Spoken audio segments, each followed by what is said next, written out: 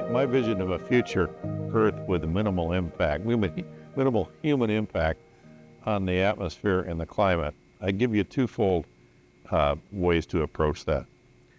The first is maximize the amount of solar energy we can use. That will reduce fossil fuel usage. It's much easier to quit putting carbon dioxide into the atmosphere than to try to gather it up once it's there.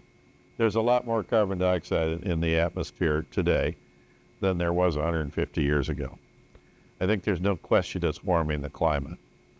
No question that warming of the climate is having harmful impacts on human activities. And so we need to think about removing carbon dioxide from the atmosphere.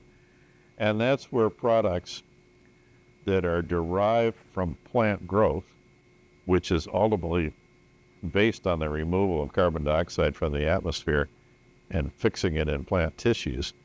So I'm William Schlesinger.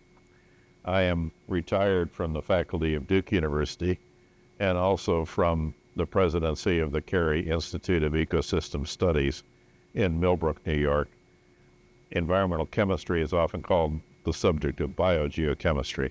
I've worked for years trying to understand the chemistry of our environment, our natural environment, and the human impacts on that. Often this has involved studies of the movement of carbon and nitrogen at the surface of the Earth. But there's carbon dioxide in Earth's atmosphere, about 400 parts per million at any given time and place. And plants take carbon dioxide up in the process of photosynthesis. Is what makes plants grow.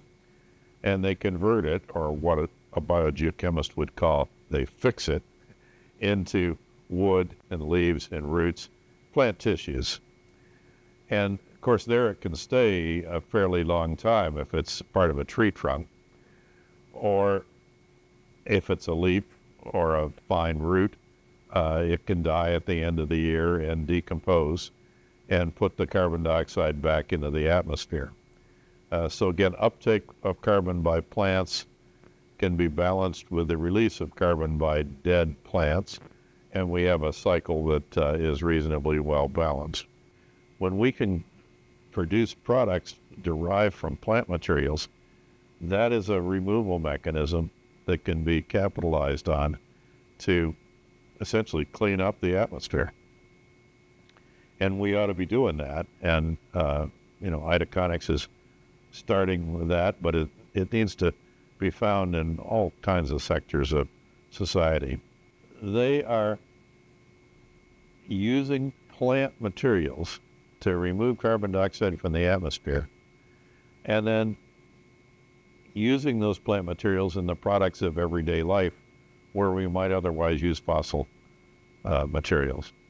Every plant out there is about 50% carbon content, and all of that carbon came from the atmosphere.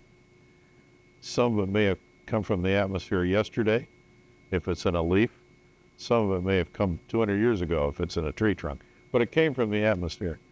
And so the extent that plants are growing every year, every day, they're acting as a very efficient way of removing carbon dioxide from the atmosphere. Now, the question is, what can you do with it once it's in the plant?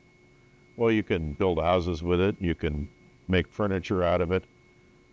Jokingly, I sometimes say we should make wooden coffins out of it, because all those are ways of storing the carbon that plants removed from the atmosphere in long-life products where it doesn't get back to the atmosphere.